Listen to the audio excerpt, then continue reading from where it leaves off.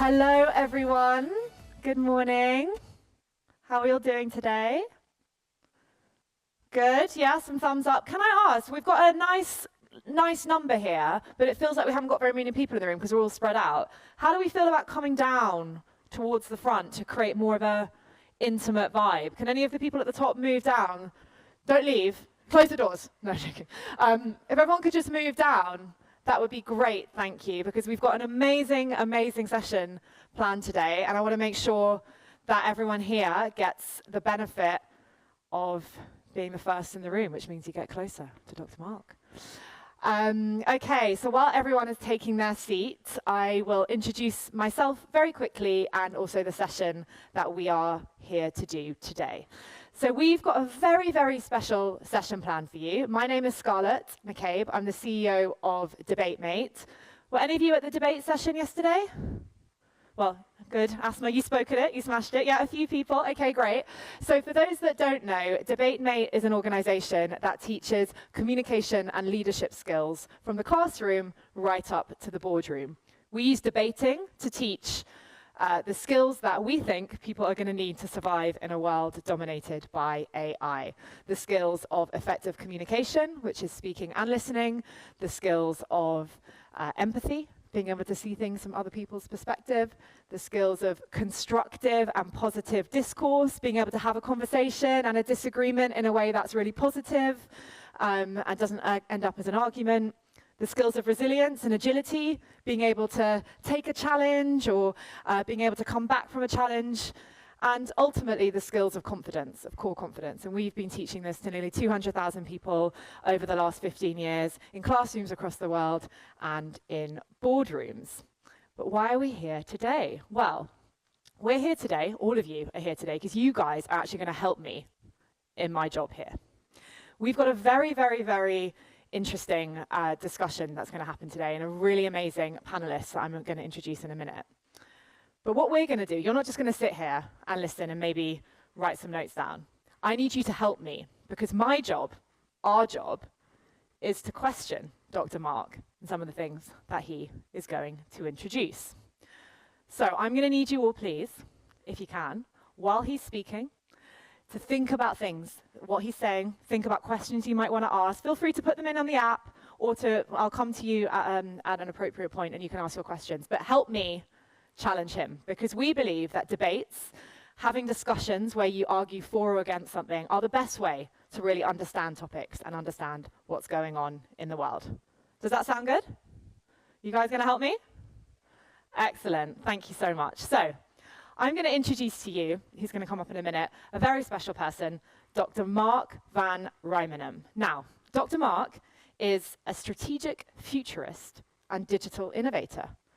He's known as a digital speaker and actually has a digital twin and speaks as him virtually. He is a specialist in emerging technologies, from AI to blockchain to the metaverse.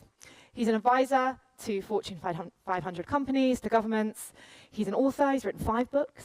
He's an international public speaker. I mean, his travel itinerary every year is incredible. He goes all across the world speaking about this. He actually made history doing the first ever TEDx talk in virtual reality in 2020, which is pretty cool. And so without further ado, it gives me great pleasure to welcome onto the stage Dr. Mark. Can we give him a big round of applause, please? Thank you very much, Carlos. So why don't we start with a bit of a dance? It's early morning. It's time to, wake up a little bit. We've been here all morning. Listen to the music. Come on, stand up. Anyone? Generative wonders and text bright spark. Dr. Mark guides us through the digital art. From deep learning leaps. Come on, anyone? Anyone want to stand up? Lights or shapes worlds, day turns to night. Jobs will transform, yet skills must grow. In this brave new world, together we flow. All right. That's enough. Bit of a joke at the start, but what you just heard was all AI generated. It took me 2 minutes to create this song, and the lyrics were created with ChatGPT, and the song was created with Suno AI. That's the future we live in. And that's the future that is going to have an impact on all industries that we can imagine. Because I believe that AI will be a job killer. Now, I've already been introduced by Scarlett, so I'm not going to much deeper in there, but you see my digital twin is here. He's joined me. My digital twin speaks 29 different languages, so you can also talk to my digital twin in Arabic if you like to. At the end, there's a QR code where you can download more information, and you can actually start talking to myself whenever you want. But we're not here to talk about me, we're here to talk about the future. Because I believe that the future is here. We have seen in the past day and a half, the conversation that we've had here, that technology is really everywhere in our society already. And that has really been happening due to, I think, generative AI, which has really been pushing us into exponential times. We see a convergence of technologies where on the one hand, artificial intelligence, but at the same time, technologies such as quantum computing, 3D printing, the metaverse, are all converging to create this exponential future that we live in at the moment. Now, the challenge is, we humans are not made for exponential thinking. We are made for linear thinking, because back in the days on the savannah, it was never necessary to think exponentially. But nowadays, we have to. And we really have to think differently when it comes to new technologies. Now, if we look at artificial intelligence is an enormous opportunity to really improve our society. It's a $15 trillion opportunity that will, in the next decade or so. Personally, I believe it's going to be even more than this, the impact on our global economy. Because AI will infiltrate everything that we know, every industry, our personal lives, and our business lives. But artificial intelligence has been around for a lot longer than we might think. In fact, it started over 70 years ago when Alan Turing first called the idea of creating so-called thinking machines. And his idea was to create, back in the days, within 10 years, these machines that could mimic human intelligence. Obviously, we now know it took a lot longer and it is a lot more difficult to achieve than what he thought back then. In the 1980s, we introduced machine learning, machines that can learn from data to find patterns and to start automating stuff. But the real breakthrough came only 7 years ago, in 2017, with a paper called Attention is All You Need. It was created by 8 researchers from Google. Unfortunately for Google, they all left Google and they started companies such as OpenAI, such as Anthropic. But that was the change that drove the AI hype cycle that we're in at the moment. But I want you to think of artificial intelligence as something that is fundamentally different from human intelligence. And why is that? The reason why AI will be different from human intelligence is because it's created in a different way. Human intelligence is created by, you could argue, sort of a dumb process, a trial and error called evolution. And it's being created in most likely not the most optimal form for intelligence. There were trade-offs in terms of food, in terms of resources. Our skull is pretty small for the universe's most complicated machinery, our brains. So it might be that our brains are not optimized for intelligence. Now, at the same time, we are now creating artificial intelligence, which is created by a process that has foresight capabilities as humans. And we can create this artificial intelligence with the best resources fit for intelligence. In this case, silicon, and in the future, photon, light. So you could argue that artificial intelligence will behave differently than human intelligence. And that's something I think to be aware of. It also means that we have to look differently at the scale of intelligence.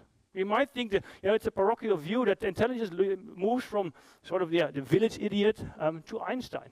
But I think we should have a more cosmopolitan view where there might not be an upper limit of intelligence. Personally, I think it would be not very smart of humans to say that we are the most intelligent beings that will ever exist. I believe intelligence doesn't have an upper limit. That means that we are at the cusp of an encounter with an alien species. An alien species that's not coming from outer space, but it is created by ourselves. An alien species that we might not fully understand when it arrives. Now, I consider myself as an optimistic dystopian, which is a bit of an oxymoron, but it helps me to hold 2 opposing viewpoints in my head to understand, how can we end up in a thriving digital future. And to do that, we need to understand the bad and the ugly of AI, so we can mitigate the risks, so we can end up in this thriving digital future. And if we want to understand that, we also need to move away from the idea that data is the most important resource. And it's always been said that data is the new oil. Well, I'd like to disagree with that. I think compute power is the new oil. Because without the data, with the data, but without the compute power, there's nothing you can do. There's no intelligence that you can derive from. Because artificial intelligence requires tremendous amounts of data that you will then analyze. And over the coming years, AI will disrupt all industries. Regardless of the industry you're in, you will experience that AI will have a profound impact. And I think healthcare is one of the most important ones, where we can move away from a passive, a reactive healthcare system to treat the sick, to a proactive, preventive healthcare system to keep the healthy healthy. But what we'll see happening in the coming years, that change will seem slow. And that's generally what happens when you are on an exponential curve. At first, the change it seems that nothing is happening. But once you are in a doubling situation, once you move to an exponential progress, all of a sudden things will change rapidly. And that's what I envision to happen in the next couple of years, before the end of this decade. Currently, we see that from a global survey that only 35% of the global companies are using artificial intelligence. But in the next couple of years, the other 65%, intend to adopt AI. Now, of course, these are only the global companies and not necessarily the SMEs, the small to medium enterprises. But you can expect that as the more AI becomes easy to use and easy to integrate, the more organizations will start using this technology for reasons that I will share in a second. And there's also this different perspective has also to do with the law, what's called the law of Amara, which basically means we overestimate the short term and underestimate the long term. One of the things I often hear is, AI is not going to kill that many jobs because, every other technology so far has always created new jobs. And look, we are having at the moment a record unemployment around the world, so we shouldn't worry about anything. I think that is a clear case of underestimating the long term, when AI will have a profound impact on organizations and societies, and we need to start preparing for that today. So I believe that by 2030, there will be two types of companies. One that will integrate AI in everything they do. And two, the ones that don't exist anymore. Because you need to start integrating AI, because if you don't do it, your competitor will do it. Now, and this is also where the problem lies. Because we live in a society that's driven by capitalism, which means that if we have a technology that is capable of autonomous thinking, which is the first time in the world, in the history of humanity, that we have a technology that can make decisions autonomously. So if we have a technology that can make decisions autonomously, that can increase your output, that can reduce your cost, that can create a better organization, and most importantly, if you are a for-profit company, will increase your profits for the shareholders, you will always integrate that technology. And if you don't do it, it means your competitor will do it, will buy you, and it will happen after all. So whether we like it or not, AI is going to have an impact on all organizations. And this has already been happening for the past decades. This research shows that the number of workers needed to generate $1 million in revenue, which has decreased from 7 to 2. I think last week, Sam Altman, CEO of OpenAI, said that he believes that the first unicorn, so a company worth $1 billion, that is being built by only one single person, is only a matter of time. So here we see new technology that's driving organizations with fewer people. So I believe that AI will be a job killer. Whether we want to accept that or not, that's a different story. But it is nothing that we can do about it, so we have to accept it. And it is more about how, as society, we will respond to that. Let's give some examples.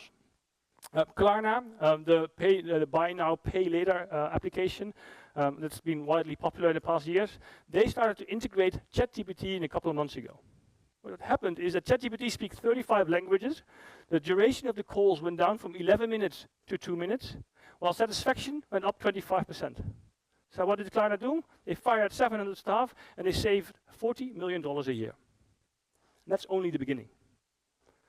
At the same time, BP said in their quarterly report only recently, in sort of a footnote, that because of generative AI, they saw a 70% output growth for their coders, and a 60% reduction in external developers due to the fact that they can now use tools like Microsoft Copilot. And only recently, Jensen Huang, the founder of NVIDIA, said that he believes 5 years from now, there's no need for developers anymore. So anyone a developer here? You might start looking for a new job. At the same time, we see these new technologies, such as the music I shared at the start. We also have video technology. This is an image from Sora, all created by OpenAI, but you have different companies who are creating this at the moment. Really powerful technology that's already being integrated within Hollywood movies. And when Sora launched, Tyler Perry immediately stopped an $800 million studio expansion, and he said jobs are going to be lost. So this is happening today. And mind you, it's only 2024. So fast forward, when this technology is developing at an exponential pace, you can sort of understand what's happening. Personally, I believe that before 2030, we will have a Hollywood, a movie startup that will be able to create a $1 billion Hollywood production with just 2 or 3 people, and very minimal cost. So here it shows you that these technologies, they really empower employees to do a lot more with a lot less. And it is becoming clear that AI is going to have a big impact on the office worker. We always thought that AI would have an impact on the blue-collar worker, the truck driver, the taxi driver, in manufacturing. But now we see that generative AI can have a big impact also on strategy, on marketing, on finance. Yeah? If you want to have, in the finance department, you want to have the best employee, the best person, the most intelligent person to run your finances. Well, that person is going to be AI. So you will implement AI. And that's even before we see the rise of multi-agent systems. These are AI systems which are very good in a narrow domain, but they are capable of collaborating with each other to do a lot more complicated tasks. And yesterday, Microsoft announced that they are moving full on into this multi-agent system because they see the benefits for organizations. So while it might seem that in the coming 2 to 3 years, not much will be happening, because it takes time to integrate these systems, it takes time to change. Before the end of this decade, I believe that we will see a big impact and a big increase in global unemployment. Because in the medium to long term, AI times capitalism will cause disruption, whether we want it or not. And I believe that AI will therefore at least kill 1 billion jobs. That's 20% of the global workforce. Now, it might be a lot more, simply because of the reasons I've just mentioned, that we live in a capitalist society. So how do we move forward if this is the case? What's left for humans if we are if we no longer have to work? Well, I think the time when we really no longer have to work is still quite far away. But the disruption that we will see in the next 10 to 15 years will be enormous. And if we make it through, then on the other end lies abundance. But it will be a hard way to get there. So to minimize the impact, I think it's important that we have to become fluent in the language of tomorrow. So we have to become fluent in understanding AI and using AI. So if you haven't started playing with tools such as Claude or such as ChatGPT, you better start tomorrow, or even today, to start understanding how these technologies will impact your life. And we have to become digitally aware. We have to not only be digitally native, knowing how to use a mobile phone or whatsoever, but we have to understand what the implications of these technologies are. And it's time to focus on the skills that really matter, such as adaptability. Because you probably will have, instead of 1 or 2 careers, you probably have 10, 12, 14 careers in your lifetime. So you need to be able to adapt to the changes which is happening at such a breakneck pace. We have to be more agile. We can't be stuck in our ways. We have to be able to move with the flow of technology. We have to have strategic foresight. We need to be able to see what's coming. And we have to be digitally literate. But I think most importantly, we need to understand ethics. We need to understand how we can build responsible technology, which of course we are all here for at this conference. So with AI, I do believe that we need to start thinking long term. Because yes, in the next 5 to 10, 15 years, we'll see massive disruption in our society. But the technology that we're building today will be the the foundation of the technology tomorrow. So we have to have this long-term approach. And if we do that, I do believe that together we can create a thriving digital future. Thank you very much.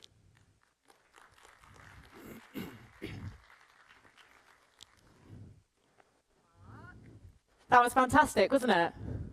Yeah? You guys, you need to all scan the QR code so you can have the conversation. with Mark in 29 languages, I believe. I can barely speak in one language, so that's pretty impressive.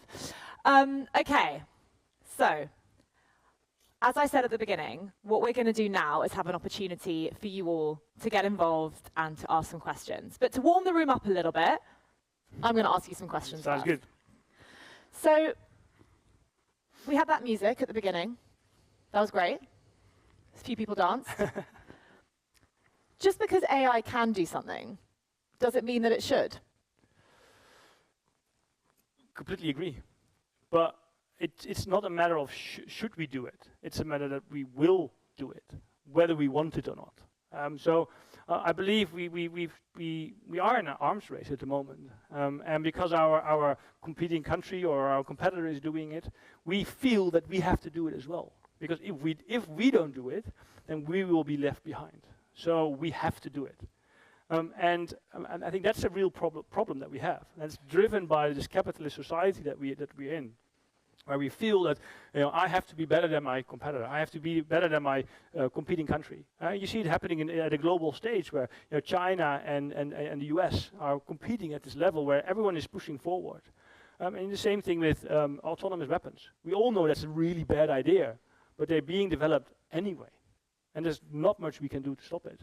So I agree with you. We shouldn't potentially use all these technologies, but the train has left.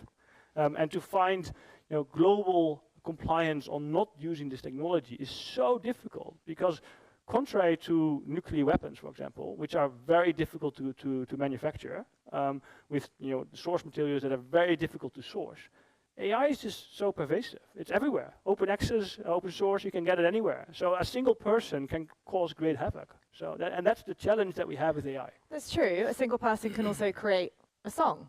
Yeah. Doesn't mean they should.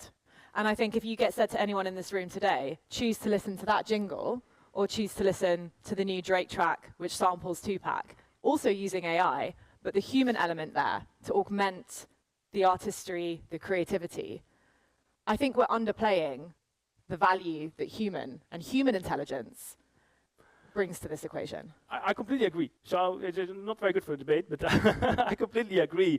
But it's just, I don't think that's how we will work as a society, unfortunately. I personally don't know how we can stop those. We saw that last year when Elon Musk said we need to pause the development of large language models, and a couple of thousand researchers, including myself, signed that letter. I think 2 weeks later, Elon Musk announced that he bought 10,000 GPUs to build his own large language model. So there you have it. It's a good idea to stop and think. I completely agree, but the chances of it actually happening are very, very slim. It's interesting, this idea of a capitalist society and what capitalism, the pursuit of profit, the pursuit of value to shareholders, for example, provides. Because I actually think capitalist systems and the way they've evolved, particularly in countries where we live, in Australia, in the UK, in the US even, actually the way that it has evolved has enabled, through regulation, through taxation, through incentive structures, has enabled what, perhaps when Marx was looking at it 100 years ago or however long, would have said, this isn't the definition of capitalism. The fact that in the UK, for example, businesses are provided tax breaks to invest in charities. The fact in the US, when everyone has to fill in a tax return, they get tax-deductible expenditure on charitable donations, has meant that people are more encouraged and incentivized to donate to charities. So I think perhaps the answer for this kind of situation is to look at the incentive structures out there from a capitalist perspective. And if the answer is as simple as charging people more to invest in AI and charging people less to invest in human workforce, for example, don't you think actually the problem that you are saying is there isn't as great as you might perhaps predict? Look, I think yes, I agree the incentive structures are wrong. It's like with artificial intelligence. Artificial intelligence has an objective function, and if you're not clear on the objective function of AI, of the algorithm, then the outcomes might be not what you want, what you expect. And I think that's what we have at the moment in society, where the objective functions are incorrect, where the drive towards making more money from a shareholder's perspective is all that matters. And I think that if we can change that, I think we have a chance to have a better, a more stakeholder approach where everyone benefits, and we build something towards the benefit of society as a whole, not just for the small elite that runs and owns the companies. But I think that is really challenging to change that. And well, that requires, global cooperation on doing that. It's almost as if they could put a global conference for the regulation of AI in place, like happened this week in South Korea. Yeah. Yeah, well, it's almost as if they could do that. Yeah, but then we still need to adhere to that at a global level, because the moment one person or one company or one country decides not to adhere to, then all the other countries have to follow.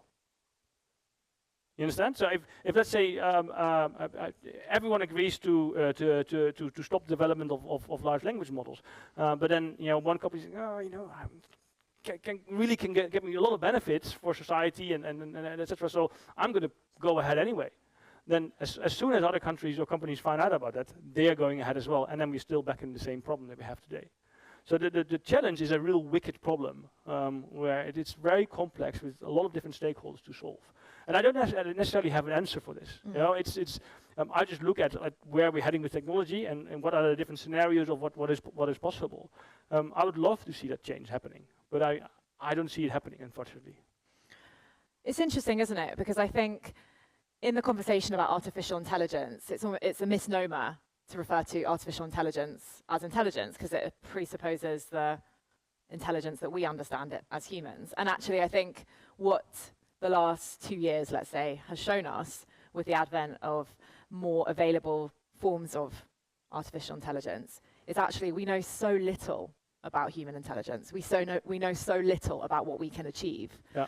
And actually, in a way, what the development of Gen AI, for example, has done is really lowered the barriers to entry for so many people to get involved and develop their intelligence in a way that would have been completely unheard of, 5 years ago. So wouldn't you say, while some jobs will be lost and up to 1 billion perhaps may be lost, doesn't this actually give people an opportunity to create a business for themselves or create an infrastructure for themselves that would have been unheard of 10 years ago? So isn't this part of just evolution? Absolutely. We can already see that happening where it has in the past 2 decades, it has become so much easier to start a company because we have cloud computing, because you don't have to build your own servers. You can just go to Amazon or Microsoft or whatsoever and spin up a server and you can get going. But and that we will see that happening in the future. That's why Sam Altman said, and I agree with him, that it won't be for too long before we'll have a unicorn that's built by a single person. So from that perspective, it really is empowering entrepreneurs to think and to be more creative and to build stuff. Yeah, I do believe that generative AI is democratizing creativity because all of a sudden, you can just have a thought and you can create stuff. All the images that I used in my slides are all created by AI. I am not an artist, but it allowed me to be creative. So I think we should move away from I think, therefore I am, to I think, therefore I create. Because that's sort of what the future where we're heading. But that doesn't stop at the same time that AI, which is a lot more than generative AI, it's a lot more than large language models, the impact it will have on society and on the jobs in general. Has anyone in the audience got any questions about this particular part of the discussion we have? Because I've got some more questions later in terms of what do we do about it. But in terms of the size of the problem that Dr. Mark has highlighted, we've got some. Okay, yes, please.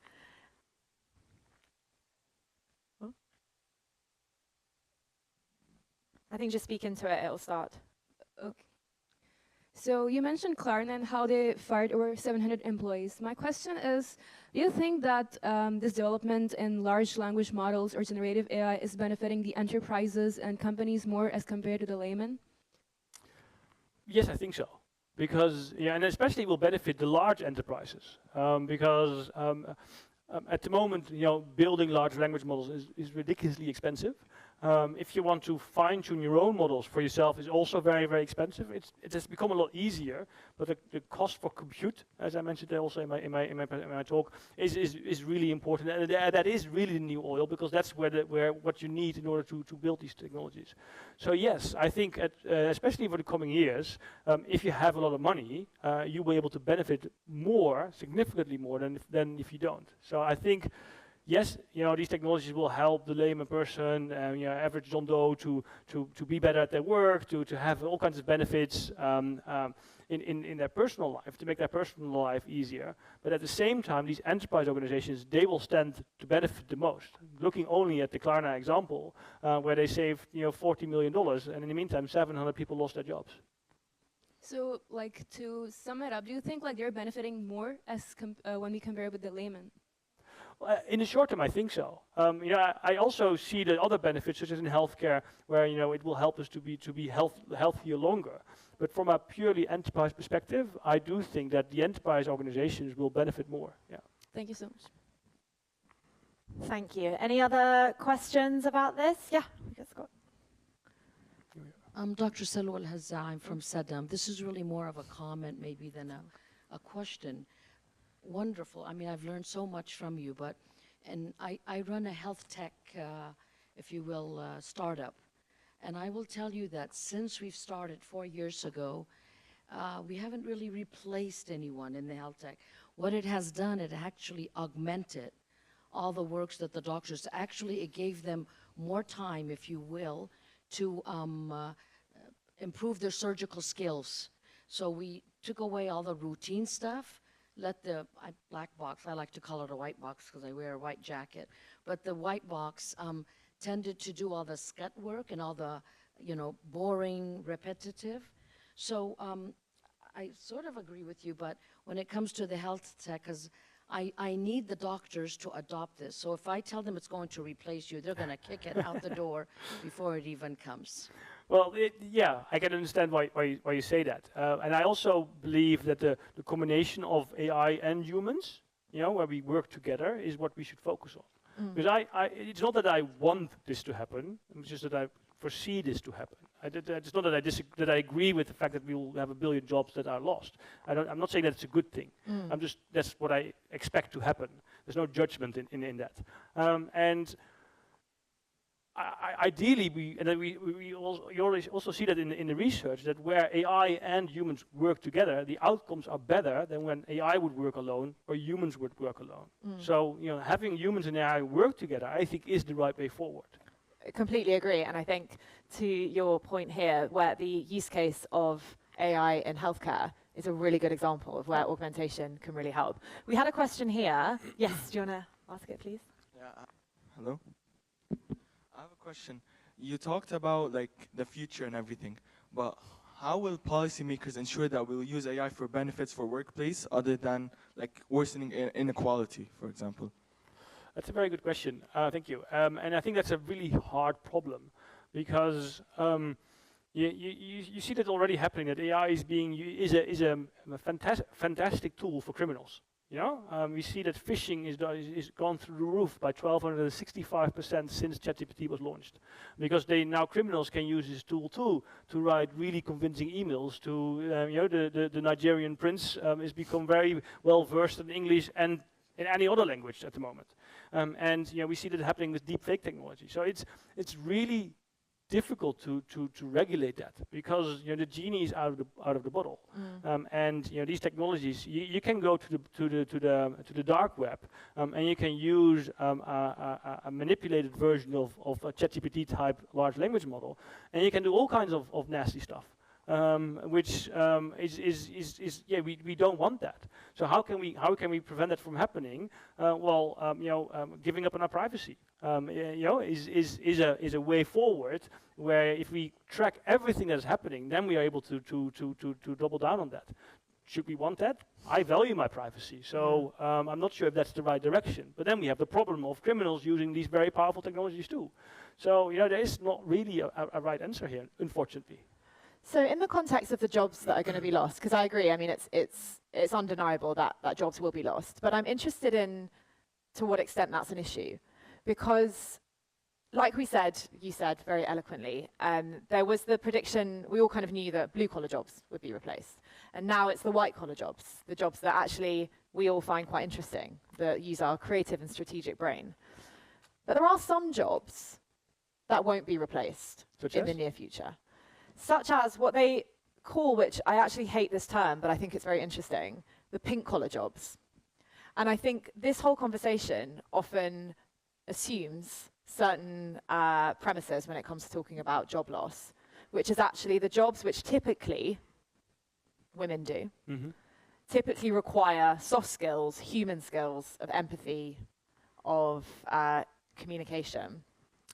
These are skills and these are jobs which won't be replaced. So nurses, social workers, indeed teachers, although of course, you know, personalized learning and technology in the classroom, as in the case of healthcare, has been incredible. But actually, is it a case that all these jobs are going to be replaced, lost, and what are we going to do about it? Or is it a case of actually all these jobs are going to be replaced? There are other jobs out there, but the real question, and this I think is a really interesting discussion, is where does the market value the jobs that are still going to be there? And actually, is there something we need to do on the identity of those whose jobs are being replaced to actually look at what jobs are out there and incentivize them to take those? Very good point. And I think even pink jobs are not safe. We already see that ChatGPT is the research that came out 2 days ago, is very good at understanding theory of mind, almost better than humans. And we see that in psychology, a lot of people like to talk to an AI more than a real person, because they sort of feel that they are less being judged. In Japan, you have social robots which help people with loneliness. You have a lot of people who have AI girlfriends to talk to. So that's another problem, is the loneliness epidemic that will explode in the coming years globally. So I do not necessarily agree that pink jobs are safe. I think what will happen is that people who have money will probably value human interaction more. So we will get a division where if you have the funds, you can speak to a human. If you don't have the funds, you have to speak to an AI. Is that good? I don't think so. But I wouldn't be surprised if that's the direction we're heading. So in that context then, in terms of, you know, we've got, what is it, 70% of the population in Saudi Arabia is under 30? Is that right? Something similar to that. So very young population. We've got a very young audience here. If we're thinking about skills for the future and how we as humans continue to differentiate ourselves in the job market, if you're right that the human is the premium, then actually in terms of how we prepare ourselves, I'm putting me in the context of young, although I think my kids would disagree with that. We as humans, how do we need to future-proof ourselves in the context of the skills that we need to make sure we could succeed? If you were, this is something we ask kids when we're teaching them, if you could rule the world, what would you do? So, Dr. Mark, if you could rule the world, what would you do to ensure that kids now and young people now are prepared? Well, I think we need to focus strongly on educating on how to use these digital technologies from an early age. You know, I think the conversation was, we had yesterday with Kristen, sort of showed that education on this topic is really vital. And it's more, it goes beyond how to use social media. It also goes about how to use ChatGPT. Because if we're just going to rely on whatever an AI gives us back, we will lose our analytical skills, we will lose our problem-solving skills, and we become too dependent on AI. And I don't think that is a good thing to do. So we should educate ourselves, not only the young generation, also the current and the boomer generation, how to use these technologies so we become prepared for the future. And at the same time, I think we should focus more, as I mentioned in my talk, on the skills, on the life skills. Adaptability, agility, analytical skills, problem solving. Those kind of skills that allow you to be flexible as a person into what kind of jobs are you going to do. Because the job that you're going to do, that you are preparing for if you're at uni, the job that you're preparing for might not even exist by the time you finish uni. And that's the reality of it. We should do whatever we can to prepare for that. And that means focusing on the sort of the life skills instead of focusing on something special. An example that I was reading just before this talk, OpenAI launched ChatGPT 4.0 a couple of days ago. The moment they showed the demo of ChatGPT talking and switching between languages and translating, the app Duolingo lost $340 million in market value instantly. That's the impact that we have. It's actually interesting, that demo that they used, where they used Scarlett Johansson's voice to to do that. And actually, it kind of links to a question that we've got here in terms of really good question about Hollywood resurrecting dead actors into movies and what kind of ethical privacy implications are there? Very, very good question. And you know, I always thought that I couldn't trust Sam Altman, and that sort of was confirmed. You know, I don't think he's a trustworthy person, which is problematic because he runs the most powerful company in the world. But we see this happening already. You know, that voice actors. There was an article in the New York Times a week ago that voice actors see their voices being cloned and being used in all kinds of ads and whatsoever without giving permission. In China, there's a big rise on creating digital twins of the people who died, so that they can keep talking to them. And there's a plethora of ethical problems that we need to think about. And yeah, in Hollywood, the chances of deep fakes being used of actors are very, very strong. I think acting is probably a dying job because yes, we value real actors, but the next generation who grows up with virtual actors might not. And we already see that happening because I believe, you know, in Asia, Japan and Korea, you have avatars that are more popular than real humans. So it's really what you're used to. And it might seem weird for us, it might seem weird for all of us, but the next generation that grows up with virtual avatars and form a connection with these virtual avatars, because they can also, you know, speak to you in your language, mention you by your name, so they can form a much closer connection than you can do with Bruce Willis, for example. So the chances that you would value a virtual actor more than a real person is, in my opinion, quite large. So if I had to give one advice to Hollywood actors, is, you know, get your digital twin, get your licensing in order, so that you're the first one to do that. Because if you miss out, you know, you snooze, you lose. Is I think quite yeah. It's really interesting, isn't it? The concepts of the virtual girlfriend or the social media influencer that's actually an AI. What I'm hearing is actually that artificial intelligence and these technologies that are changing every day are actually shining a light on how lazy humans have got and how much we've settled for really quite average things in our lives for, you know, generations. And actually, I think this is an opportunity for humanity to really step up and show up. And actually, this is a real opportunity for the human skills and the human elements within a world dominated by artificial intelligence to really shine. I couldn't agree more. You know, stop doom scrolling. You know, ditch your phone, go out there. You know, life is messy. You know, start talking to people. Start, you know, connecting with other people in real life. You know, run into problems. You know, have fun and stop focusing on your screen. Life is too short for that. I completely agree with you. We need to, because as I said, you know, this loneliness epidemic that is happening around the world at the moment is really problematic.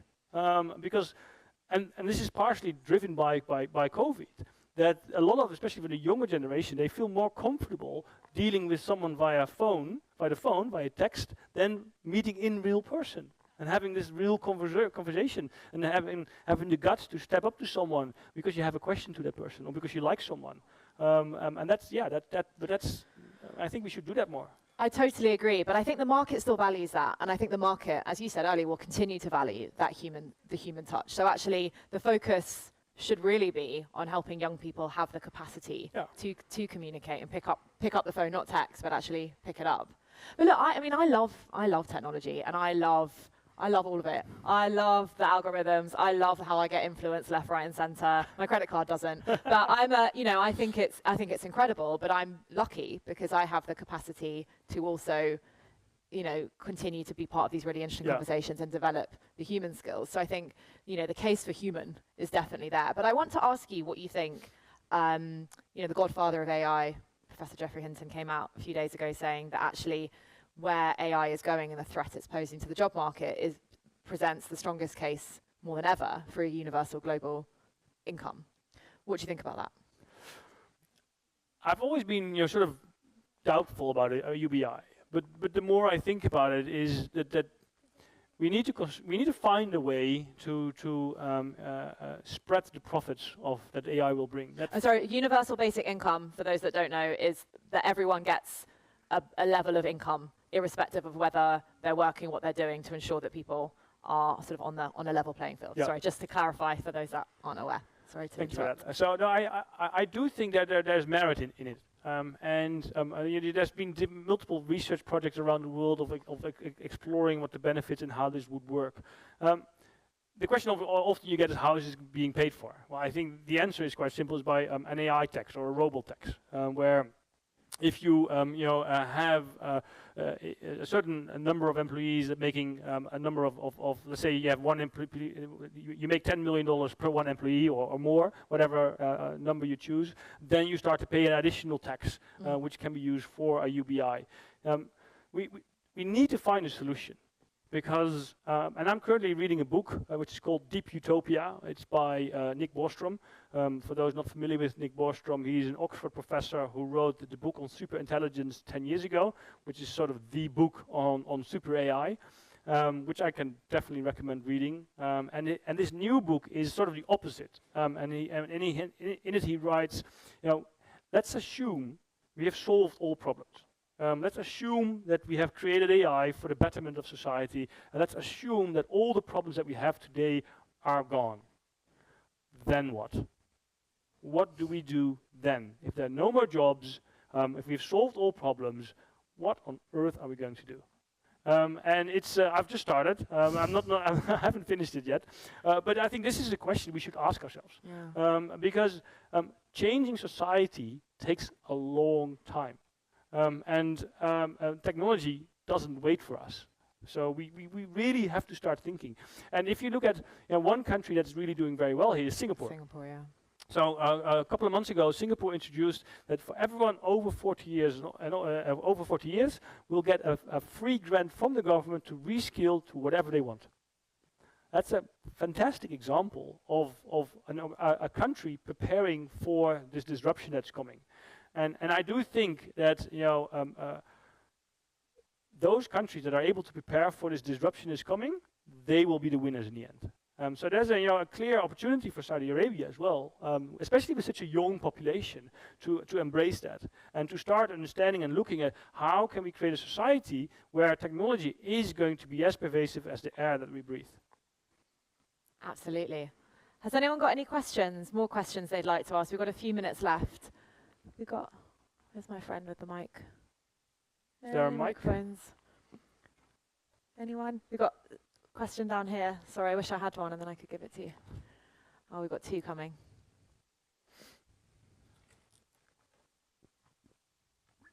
Down here, please. Yeah. And then we'll come to that lady there so you can give her that one. Yeah, thank you. What I can say is that AI, this one is invented by humans. Do we have limits? I want to ask, why is humans is doing this one to others?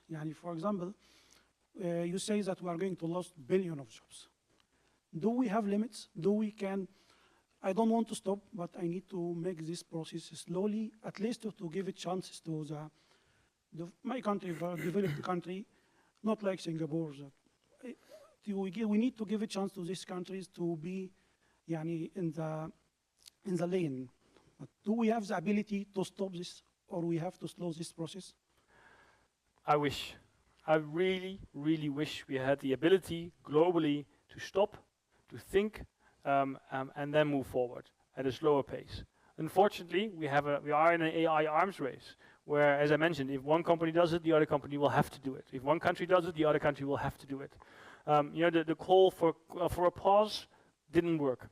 I wish we had the capacity and the intelligence as a global species to say, okay, let's wait, let's stop and think for a while. Let's discuss, let's debate.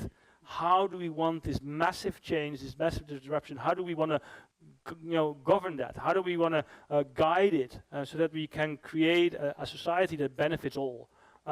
I don't think we'll have that capacity. Thank you. Hi, thank you for opening this discussion.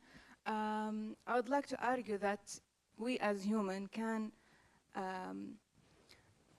fight back and like try to set regulation for new technology. I have a question prepared, so it's about this topic. I'm a digital artist, and I'd love technology to help me with my work. Of course, I'm not against it, but with like any emerging technology, we are faced with the question of how to better regulate it, and for the benefit of everyone involved. We can't ignore the fact that image generative AI relies on data of artists that was stolen without consent to train for profit. So my question is, how can we like solve this issue so everyone involved is benefiting from this technology without using unethical methods? Yeah, very good question. Thank you. And it's so hard. it's so difficult because yeah, I think I read it or I thought about it myself. I can't remember. But where the pursuit of AGI, artificial general intelligence, is so attractive for these companies because it's going to bring them so much money that they will do whatever it takes to achieve that. Sam Altman has been quoted saying, "I don't care if it's going to cost me 5 billion, 50 billion, 500 billion, I will create AGI and then we'll figure out how to make money." Because he knows that the moment if he's the first to create artificial general intelligence, he'll be unfathomably rich. So it will generate so much money. So, this week we had the AI Act in Europe being accepted by the Council, which is a great step forward. But before it's implemented across the 27 countries in Europe, it will probably take another 2 to 3 years. By that time, the world has changed. The world is fundamentally different 3 years from now. So the problem with regulation is that it's always behind. It's always too slow. Because generally, not everywhere, but generally, the regulators have zero clue what's going on. And that's the problem. Because those who need to regulate this technology don't understand the technology.